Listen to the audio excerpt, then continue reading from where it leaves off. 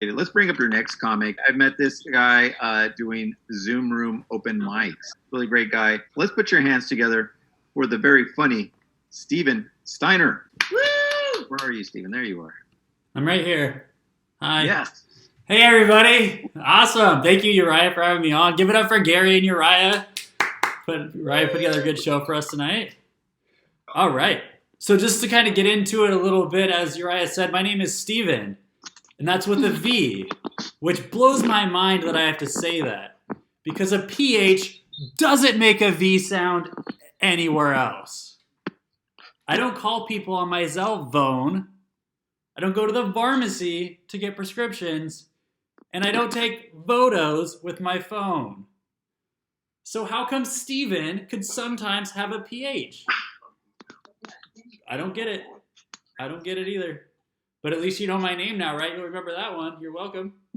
To keep things going, though, what you probably can't tell, with the Zoom being a little bit cut off, but I show up, I dress up for you all. I come in what I call my quarantine mullet, collared shirt up top, looking real hot, and you know what? Doesn't matter what's off camera, because I'm not wearing anything. But it's good, though. It's good. Business up top for all of you. I show up good on this Saturday night.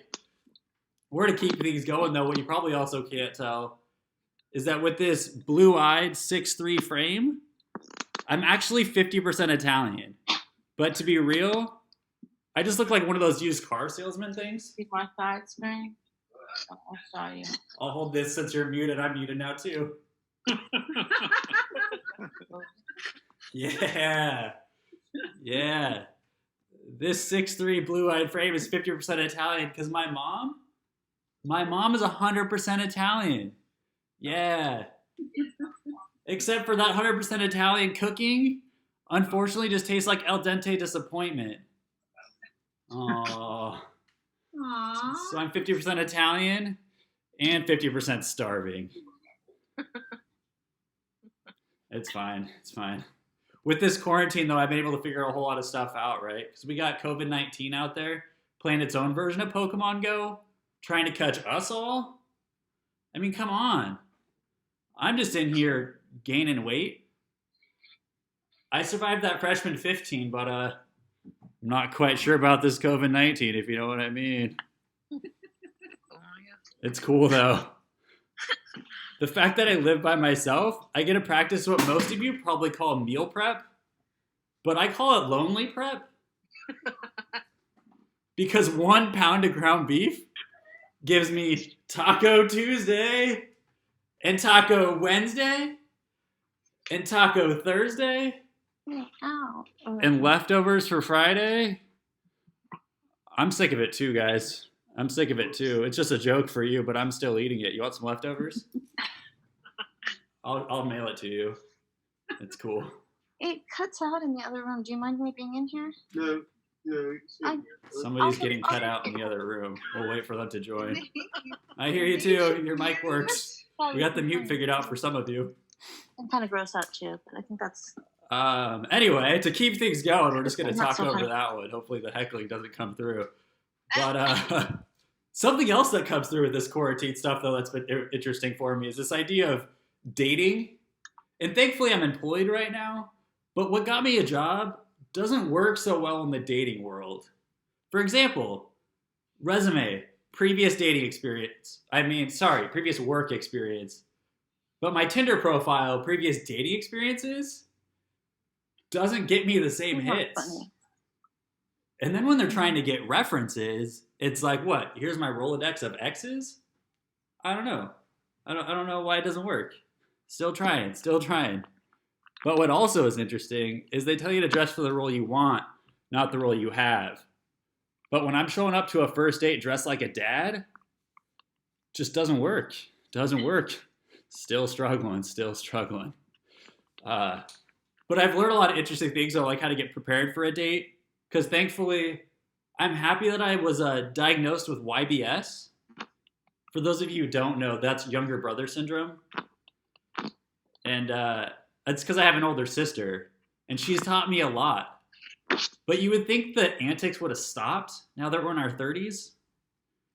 And when we play dress up time with watercolor paints, I just look like Shrek and the Joker hooked up. That doesn't work too well in the dating world for me either. Just keeps failing, just keeps going. But I push through. I keep going. And what makes it super interesting is that when we actually get to having the conversation, I'm packed full of dad jokes. And don't act surprised about these ones, because I might have stolen. But commas, they give me pause. Oh my God. Yeah.